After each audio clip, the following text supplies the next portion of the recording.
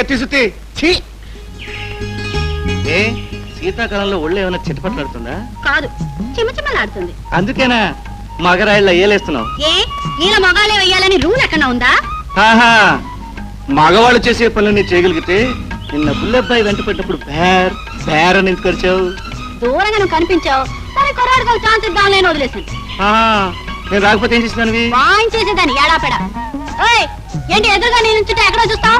ఇక్కడ సొరకాయలు ఏమన్నా ఉన్నాయేమోనని. ఓయ్ నన్ను చూస్తే కోతలు కోసేదానిలా కనిపిస్తున్నానా? కావాలంటే కలిపి చూడు చెయ్యి. నేనేం చేస్తే చేస్తావా? ఓడిపోతే గుంజీలు తీస్తాను. మో చేతి గుంజీలు తీయాలి. తీస్తాను. మళ్ళీ ఓడిపోయిన తర్వాత ఓడిపోతే కదా పట్టు. రెడీ 1 2 కొట్టు దమ్ముంటే కొట్టు. డింగ్ డింగ్.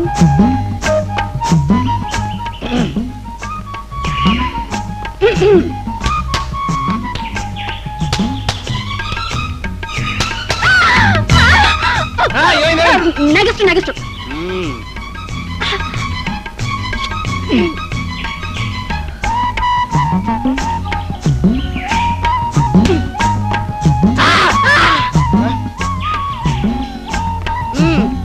అయిపోయిందా ఇంకేమైనా ఉందా?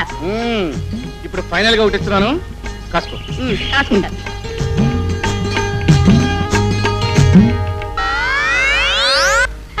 ఓ సింతనా అదేలే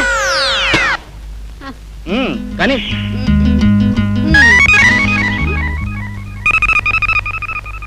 కానీ అమ్మా లోకి వెళ్ళి దేవుడికి దండం పెట్టుకుంటుంటే ఆ దేవుడి స్థానంలో మీరే కనిపించారు. ఇది అపచారం కాదా? అయితే నేను తప్పు చేశాను. పుస్తకం తెరిస్తే చాలు నువ్వే కనిపిస్తున్నావు. పాఠాలకు బదులు నీ మాటలే వినిపిస్తున్నాయి. మరైతే దీనికి పరిష్కారం మీ నాన్నగారి అంగీకారమే మన ప్రేమకు పరిష్కారం. కత్తి కాఫీ. కాఫీ మరి సరే గాని మూసిన తరపున మూసినట్టే ఉన్నాయి, నువ్వు లోపలికి ఎలా వచ్చావు? నీ గుండెల్లో చేరిందని ఈ గూట్లోకి రాలేనా? సరే గాని మా అన్నయ్య వదిన బాగున్నారా? నేను నా బాబు కోసం వచ్చాను. అంటే ఊరు వదిలి వచ్చావా? అవును, సామాన్లు కూడా తెచ్చేసాను. ఎందుకు? అయ్యో, మొగలు దగ్గర పైన ఎందుకు వస్తుంది? మొగుడా? అవును, రాజేశ్వరేమో అత్తారింటికి వెళ్ళిపోయింది, మా సుత్తేమో సుఖంగా కాపురం చేసుకుంటుంది. ఈ కొత్తైనా మొండిగా మిగిలిపోవాల్సింది, అందుకే వచ్చేసాను. కాఫీ చల్లారిపోతుంది, తాగు. ఎంగిల్ పడితే కానీ 7 అడుగులు పడవట. ఇది అలాగా అయితే ఇద్దరు కలిసి లాగిద్దాం.